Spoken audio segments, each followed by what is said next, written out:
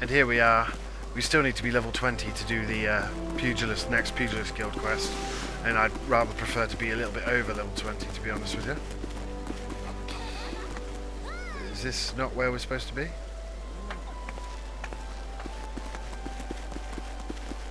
Oh, it is.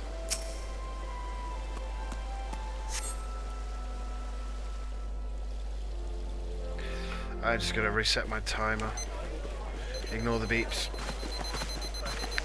I mean, I'm not shooting anymore. I'll go to the other place and do the final. Behold! 'Tis the Sultana Nanimal herself! And Roban as well! I like sultanas. They are fruity. Hark you, souls of flame, drawn to the bosom of the desert, where the fire burns brightest and shall rage forevermore. Hurrah! Roban! Where since antiquity, under the sage and judicious rule of the Ul dynasty, we have brought sand into gold, where by the grace and glory of Naldal have our brave sons and daughters flourished and prospered. I speak of Ul'dah! Kapra! There, at the Flame General's back flies the Grand Company's standard. Note the sigil. The golden scales of order balance the jewel of prosperity with the flame of might. Oh, God, go away, Alphino. Great and many are the gifts our nation has given the realm. In Eorzea's darkest hour, on the killing fields of Cartano, none spent more in blood and gold than we.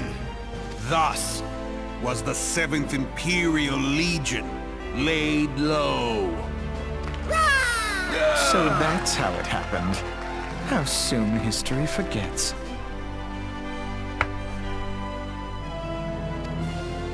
Yet many left our gates, never to return. Let us pray for our absent brothers and sisters, that they might know happiness in the great beyond, as Thal's honored guests. If the fates were fair, the price we paid that day would have bought us victory. Alas, they are not. And now, but 5 years into this 7th Umbral era, the spirit of sacrifice which granted us our strength is all but dead. Look around you. What do you see? A people divided, downtrodden and enthralled. Where are the merciful alms of the rich? Where is the just steel of the righteous? It's starting to sound a bit like a villain. I ask you, is this the great nation our brothers and sisters gave their lives to save? You who call this living, dishonor the name of the immortal flames. It is but a slow death. Our enemies surround us. The savage hordes of the Amalja wait beside our roads, strangling the lifelines of trade. Meanwhile, the Garleans make mock of our borders and despoil our land of its natural wealth. We stand on a precipice, yet we do not act. Whether trader or soldier, monetarist or royalist, all must recognize that a divided Ul'dah stands to fall. Victory and fortune walk hand in hand. Ye who seek glory and wealth, look not to what little you can snatch from your neighbor, but to the boundless wealth of the world beyond. Now is the time to unite. Now is the time to ride forth. In the name of the Sultana, I beseech you! Line not your own coffers, but those of the immortal flames. Seek not to prosper from Ul'dah, but to restore her to prosperity. As the realm prospers, so shall Ul'dah. As Ul'dah prospers, so shall her people. Yeah, for Ul'dah! Together we are one.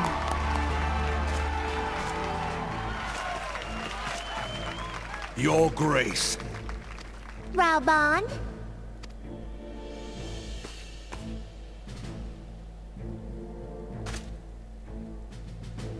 People of Ul'dah, I, Nanamo, 17th in the line of Ul, address you. No. Much has been made of the wealth of Ul'dah. Yet those who measured that wealth in coins and carats are gravely deceived. For the true wealth of Ul'dah lies in the health, happiness, and hopes of her people. Beloved subjects, I bid you raise aloft the torch of Ul'dah, that her flames might serve as a beacon for all Eorzea to see. Long live Nanamo! Glory to the Sultana! For victory and fortune, stride fearless into the inferno, for we are, by fire, reborn! Okay, I'm tempted by them, just that was terrible. Learn to voice act, Jesus. Forsooth! The time is now! I Fancy meeting you again.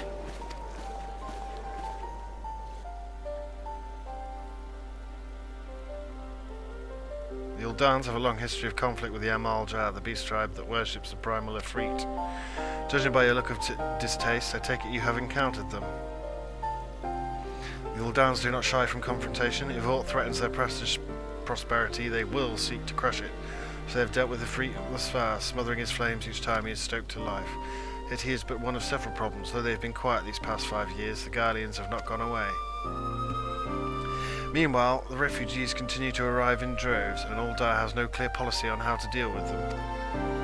After all, not even the Sultanate's coffers are bottomless, and even assuming they had the coin, resources will ever be finite.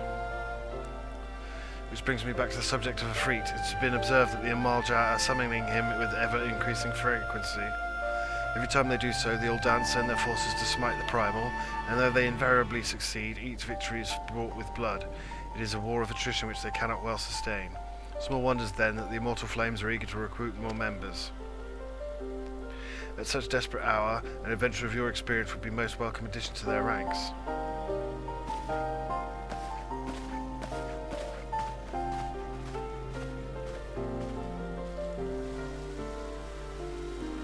I haven't made my choice yet.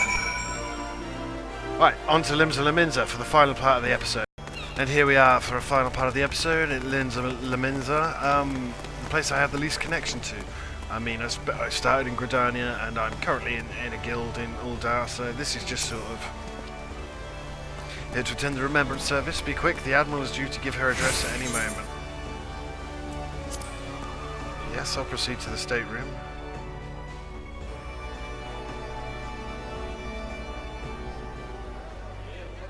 The Garleans are another matter altogether. So much for our alliance.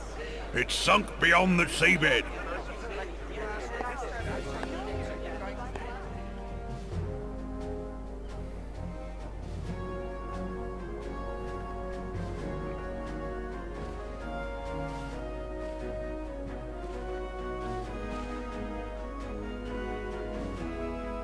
Brothers and sisters of the sea, That's hearken Meredith, unto isn't me. it? Look upon this, our mighty crimson standard, and tell me your hearts do not swell with pride. It's worth overrunning for Meredith.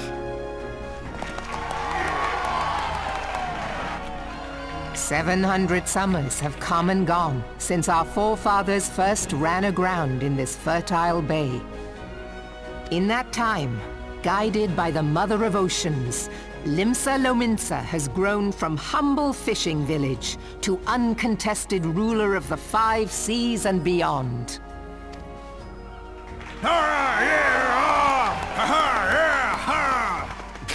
Rabble, rabble. Did you look as the Admiral bid you? It is a rather stirring standard, I must say. The crimson field is meant to signify the blood of fallen crewmates, while the black longship represents a pirate vessel. When the Garlean Empire marched upon Eorzea, we assembled beneath the Maelstrom standard, and our grand company was reborn. All answered the call, from the Knights of the Barracuda to Hilthier's bloody executioners. And together, we met our would-be conquerors upon the field of Cartano. That day, the world bore witness to the united strength of Limsa Lominsa. I swear to you no army ever fought harder or with more courage, yet many of ours did not survive. Join me now in remembering those who fought in the name of freedom and fell. May their souls be returned to the sea. Jawohl, Lord Helmet. Freedom. Yes, they have always been rather fond of their freedom. Much as the beast tribes have. Small wonder. Beneath the surface, one would struggle to tell them apart. Oh, shut up, It has been douche. 5 long years since the calamity struck. 5 long years of tireless rebuilding. Yet still the wounds of the calamity fester and weep. But when I stand atop the mizzenmast and gaze out upon our battered and broken vessel, I see an undying spirit. Did we not build all this from the wreck of the Galadian all those centuries ago? Shall we not do so again? Yet there are those who would see this ship of ours sink beneath the waves of the restless Rotano. The Sahagin creep ashore seeking blood for their accursed god. Those fishback The Sahagin bastards. have risen? While the mines of Ogomoro spew forth kobolds who push ever south, despoiling our lands as they go. These savage beast tribes will be the first waves to crash against our creaking hull. Was it night time And now? behind them swells the grim tide of the Garlean Empire. Even now the Curs fly their flags within our borders. Doubt not, but that they will be upon us ere long. We are well nigh surrounded. Yet there are those among us who would rather turn their swords against their crewmates than our cannons against our foes. How can we hope to repel our many enemies when mutiny breeds below deck? There is but one course left to us. One bearing that will bring us victory over the beast hordes and the Empire both, and see this ship safe to port. We must mend the rift the Calamity has reopened twixt pirate and maelstrom, and stand fast with our adventurer brothers against the coming tempest. Mark ye well, a crew without unity is no crew at all. 'Tis but a mass of drowned men. To me, then, brothers and sisters of the sea, gather beneath the undying crimson standard, and pledge me your strength, your skill, your wisdom. And with the guidance of the navigator, this great vessel of ours shall ride the waves, till sea swallows all! Long live the Admiral! Gather the lads! Oh, where's me cutlass? I'll follow ye to the 7 hells, Admiral! I've heard all the speeches, and at the moment, Pirate Town is winning. Mostly because it's pirates. Fancy meeting you again. Fancy me not shooting you in the face or punching you to death.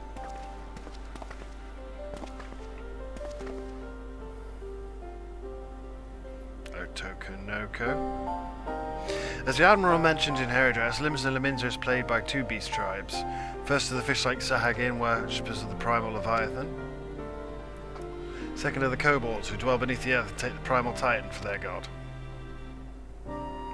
As if the beast tribe's presence weren't already troublesome enough, the Garleans have chosen to erect a fortress right in the Lominsans' backyard. It is to say naught of internal strife. As a nation of pirates, there is no end to the blood feuds between the various factions, and while they fight amongst themselves, Garleans whet their blades and watch. If the Lominsans are to have any hope of withstanding the Empire, they must first resolve their own affairs. Differences must be set aside and the primal threat dealt with once and for all. To this end, I expect they will soon take decisive action against the beast tribes. Mark my words, the Maelstrom Standard will be drenched in a deeper shade of crimson ere long. That capable adventurer like you would be a valuable addition to the crew is beyond question.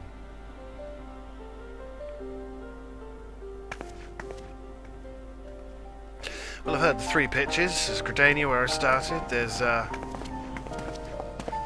adorable Sultana land, and there's Pirate Country. I gotta say, I'm leaning more towards Pirate Country. I'm getting a phone call. Silvaria, this is Minfilia. You are well, I hope. Would I be correct in thinking that the final remembrance service is now concluded? A moment ago you say, what a coincidence. Jesting aside, I trust you remember our guests from the Grand Companies? Well, delighted though we are to have them here at the Waking Sands, it would not do to keep them in suspense any longer than necessary. In short, hurry back.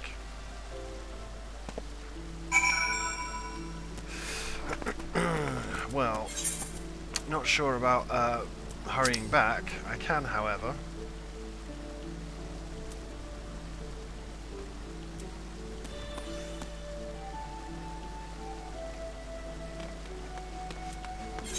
Teleport some way. And then say, thank you very much for watching. Sorry we overran. You had to have all of those crazy old speeches. So, cheers guys.